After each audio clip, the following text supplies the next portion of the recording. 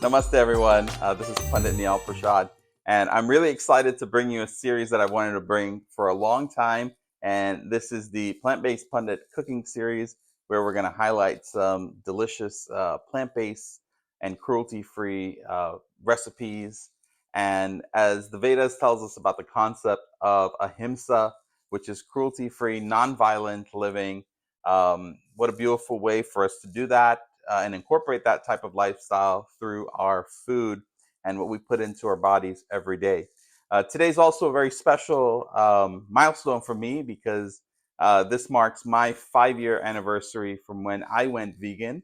And I'll be talking a little bit more about that. But this recipe that I want to share with you today is a roasted butternut squash pilaf, but instead of rice, we're going to be using quinoa, just to a healthy switch, which will take out some of the carbohydrates where we would have added in with rice, and have a healthier grain as quinoa. So I'm really excited to get into this here today, and yeah, let's get started. So the first thing that we have is about 3/4 cup of quinoa. We've got about half a large white onion here. We've got 6 ounces of butternut squash cubes. We've got a 1/4 cup of currants. You can also use raisins. We've got about a 1/4 ounce of parsley, 2 tablespoons of nutritional yeast. And if you don't know about nutritional yeast, this is a wonderful vegan option which is featured in many dishes. It can be a substitute for cheese, or to get that kind of nutty, cheesy kind of flavor, which adds a lot of creaminess and texture to your food. Also have a handful of almonds that we've crushed up, and we're going to use this as well. And about 1 clove of garlic, a little bit extra, to help with the flavor. And then also a lemon, which we're going to use about half later of the juice. And then also we're going to zest it. And then we've got a can of coconut milk. We also have some spinach that we are going to incorporate later. So this dish is actually built on many layers. So we're going to start with each component and get it going, and then we're going to combine it all at the end and bring it to life. So let's get started.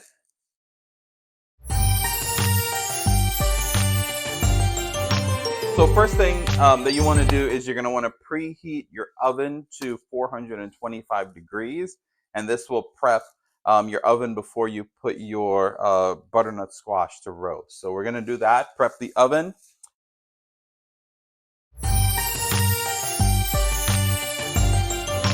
So one of the first things that we'll do is we will place our butternut squash onto this pan.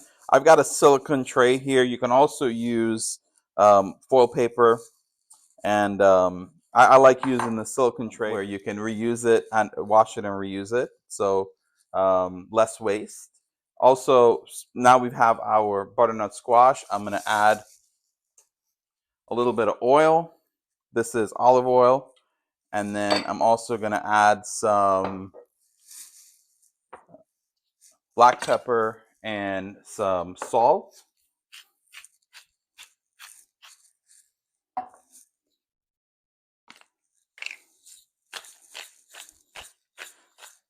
Just a few turns. And then you're going to want to mix all of this up.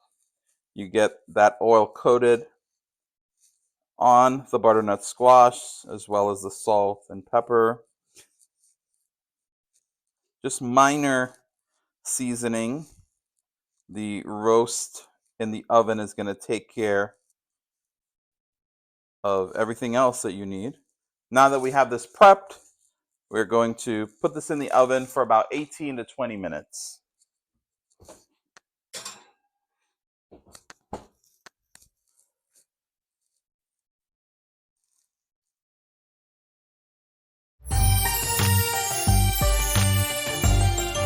All right, so now that our butternut squash is getting roasted, we are going to start on our pilaf with quinoa. And honestly, I don't even know if you can call it a pilaf if you're using quinoa instead of rice, but we're just going to go with it.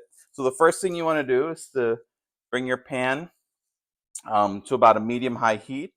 You're going to add some oil. So now that you've added your oil to the pan, you just want to give it a little bit of time for it to get hot. And then you can add about half of the onions per the recipe. And you should hear that sizzle. If you don't hear the sizzle, then that means your oil isn't hot enough. And that's fine. Just allow it to get to that adequate temperature. And then you should start seeing your onions become translucent.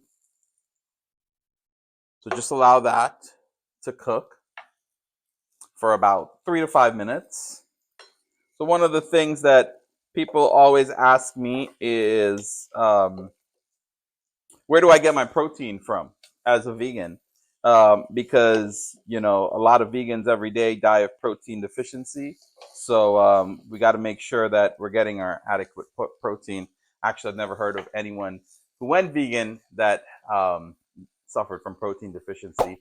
Protein exists in all of our plants. Animals get their protein, which many people eat the animals. They get it secondhand from the animal. Whereas we can just get the protein directly from plants. So this recipe has about 22 grams of protein when everything is combined. So, and that is also one of the benefits of the quinoa, is that you get about 2 grams extra of protein per quarter cup opposed to rice. So now that we can see our onions are getting translucent, we're gonna add in our quinoa.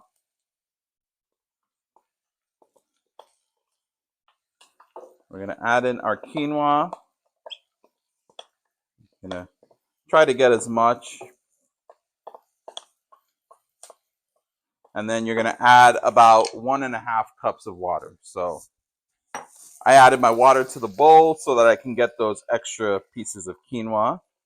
So once you added that, then you just allow the mixture in your pot to come to a boil.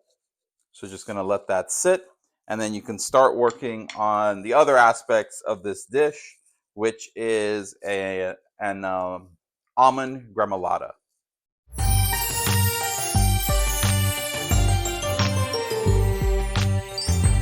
So now that your quinoa is boiling, we're going to start with the gremolata. So the first thing that you want to do is you want to toast your almonds. So in a medium pan over medium heat, you're just going to add your almonds that you crushed up to the pan and just allow it to get to a golden brown color. So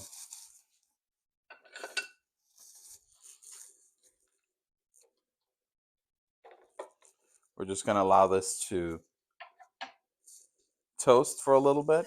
While it's toasting, you can prep your lemon. So you just want to take a lemon, cut it in half, and we're going to use the juice for about half of this for the gremolata. And then you want to save that half of lemon. We're going to zest that later. So just get your juice. You're going to add your parsley leaves.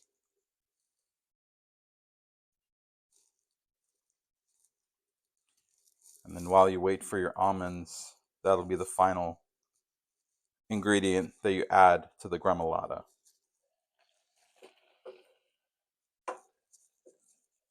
Quinoa's coming along nicely. So once your quinoa has been boiling, you'll notice that it reduces quite a bit. So you're just going to want to give it a stir and then take it off the heat. As you take it off the heat, then you can remove the cover and just let that sit for about 5 minutes. And then your almonds just about toasted.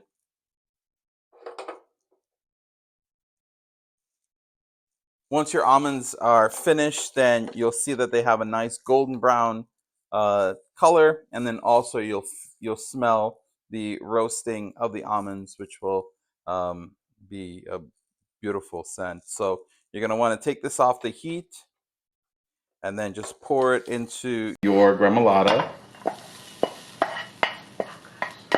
You hear that sizzle? And then you're just going to mix that up. And then this will then sit. You'll set it aside until you're ready for final plating. So we'll put that aside.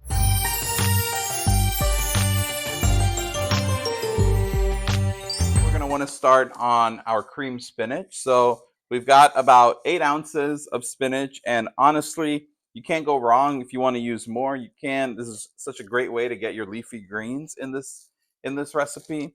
And you know, spinach is a great source of iron. That's another concern people have when they might go plant-based or vegan, is they're worried about developing anemia. So spinach is a great way to incorporate a natural source of iron. It also helps to regulate blood pressure and is a source of a lot of vitamins and minerals as well. So spinach, and of course this is going to cook down. So what you want to do is you're going to, in a medium pan, just add about a tablespoon of olive oil. After you've added your olive oil, you're going to add your garlic, and you want to be careful not to burn your garlic. And then you're going to add your remaining onions, and then give that a good mix.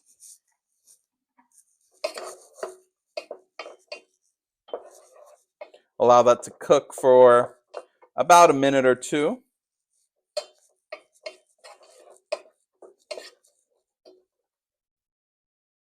Again, until your onions are translucent. Once you start to hear that slight sizzle in your pan, then you know that the onion and garlic is just about getting ready. And then you can start adding your spinach. So we can hear that beautiful sizzle. We're going to add in our spinach.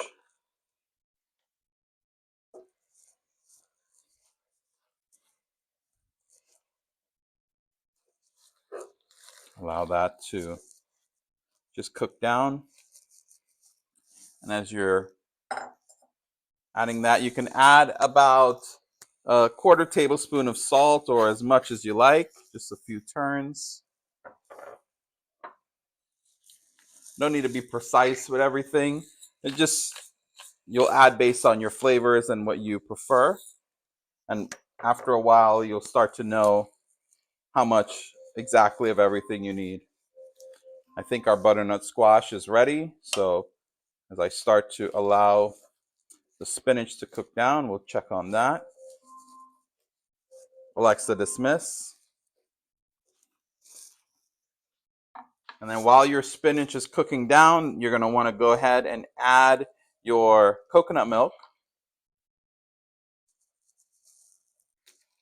It's fine. So you want to mix everything up, allow the heat to cook down the spinach, and also warm the coconut milk, which will bring out that vibrant flavor and everything. Make sure you get your onion and garlic from the bottom of the pan, and just allow that to cook for about 4 to 5 minutes. And we'll check on our butternut squash. Take out your butternut squash, and you'll notice that's charred nicely. Probably could have used a little bit more time, but we don't want it to burn.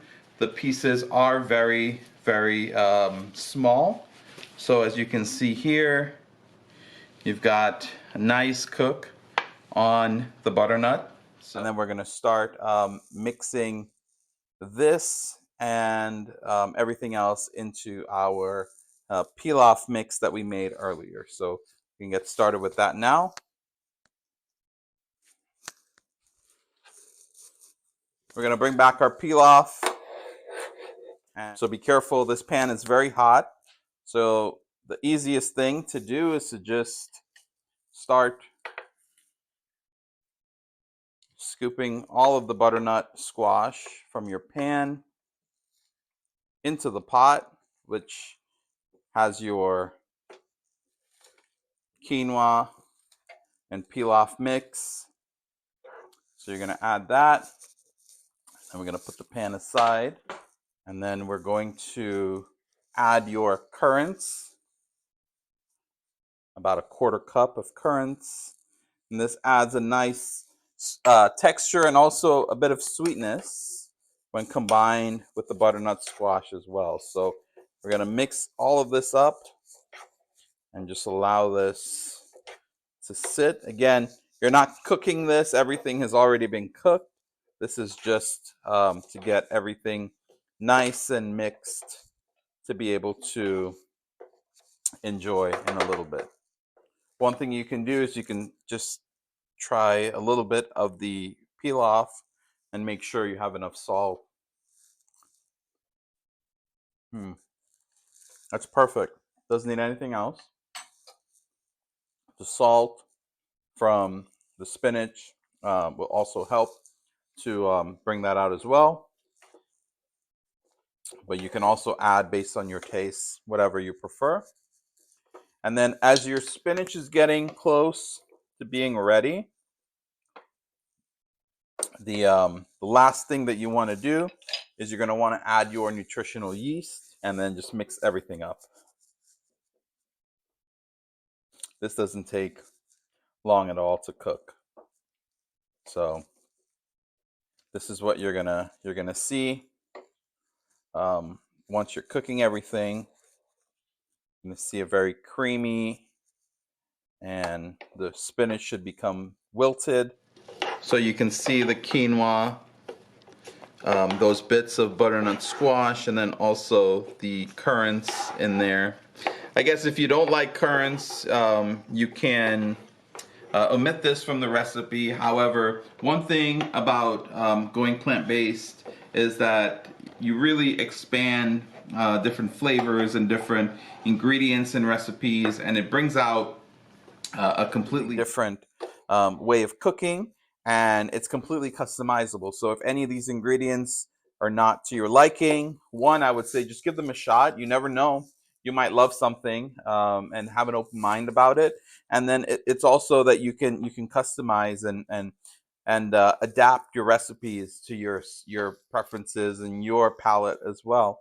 That's the beauty about plant-based cooking, is that we find different alternatives and different ways of cooking and incorporating all different types of flavors without sacrificing anyone or any being in the process. So it's a delicious way to sustain ourselves as well. So now we can start plating everything together. I'm going to take a little bit of the pilaf, add it to the plate.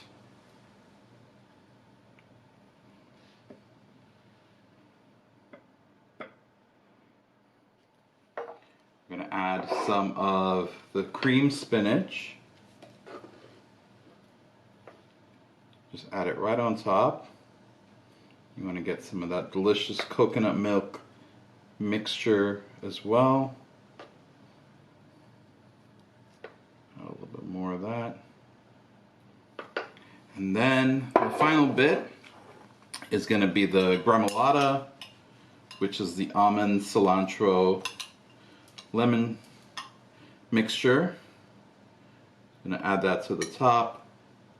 And this is going to give a nice bit of crunch. So that's it. Roasted butternut squash, quinoa pilaf with almond and parsley gremolata. So hope you try this recipe. If you try it, let me know. It's absolutely delicious and a great way to get so many vitamins, minerals, and nutrients into your diet through a plant-based option. Thank you and namaste. We're going to enjoy this delicious plate now. Take care.